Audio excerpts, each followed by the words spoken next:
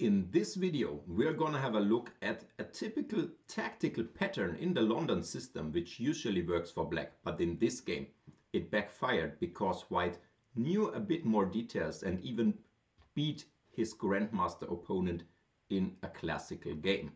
So the game started with d4, d5, bishop to f4, pawn to c5, pawn to e3, knight c6, pawn to c3 and queen b6.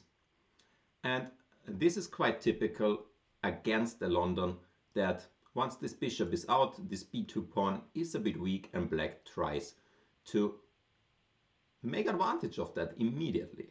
And usually white can respond with some queen b3, but black often has in mind to force the queen to c2 to still guard this pawn, and then he can develop with a tempo because the queen is tied to the b2 pawn and goes to c1, and black has gained an active position.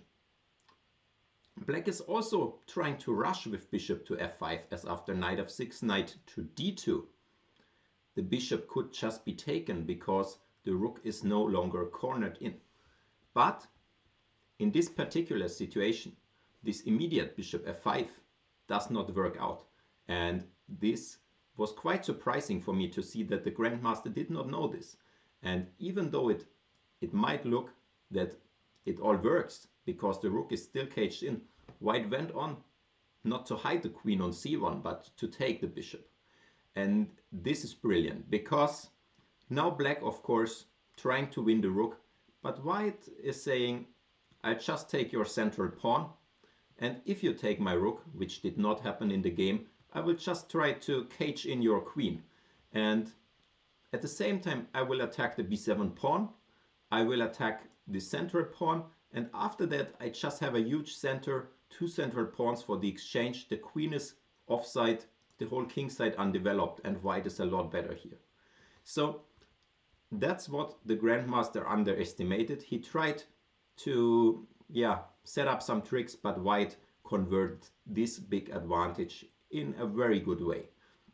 So in the game there followed knight to f6, queen takes c4, knight to e4, looking for counterplay. But again, some precise calculation by white saying, this is not a mate, this is just a single check, and black did not even take on f2.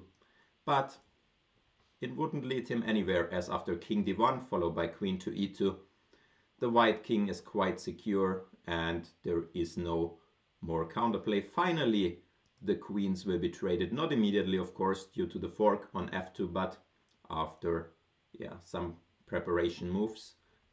This will happen. Black is lost. So instead black tried queen c1, but nonetheless he ended up in a losing position. White just brought out all the pieces and traded off the strong knight.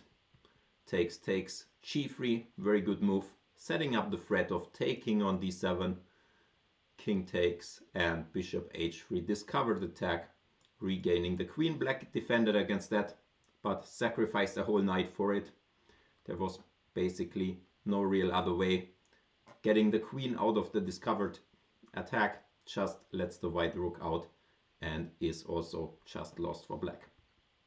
So that's why he tried knight c5. The only thing white shouldn't fall for is to take with the pawn, because he would be mated in one move. But white took with the queen, and after some checks, black is basically lost by material and by position, and the game concluded after check, rook to d8, check, and now bishop to h3 finishes the game, as the black queen is attacked, and the queen, if she takes the rook in the corner, black will be mated in a few moves. And after bishop e6 and this discovery, black had already seen enough, as he would be mated after king to h5, queen d5, and mate is incoming on f5. So that was quite a smooth win by white. What black basically missed here is that in this particular situation this bishop can be taken.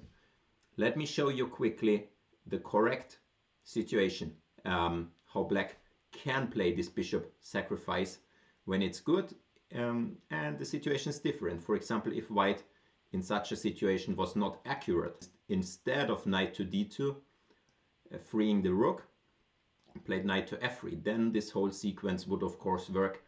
And the key difference being that now the black center will be stable and black is just winning because white cannot take all those pawns, cannot cage the queen in on a1 really, and this is what he usually intended. Also, let me quickly show you the worst type of this trick. For example, if you want to do it even earlier, it fails even more. In such a situation here, queen b3 and c4, it all does not work out that great. Of course, white could also take here, but white can also go back. And now bishop to f5 would just be bad because we can take, and b2 is untouchable to a mate on c8. So basically, black needs a lot of preparation moves here. He needs to get this knight out first, because then there is no mate on c8, but he also needs to get the other knight out so that not the whole center will collapse. So that's the details, and if you haven't known them before, now you know.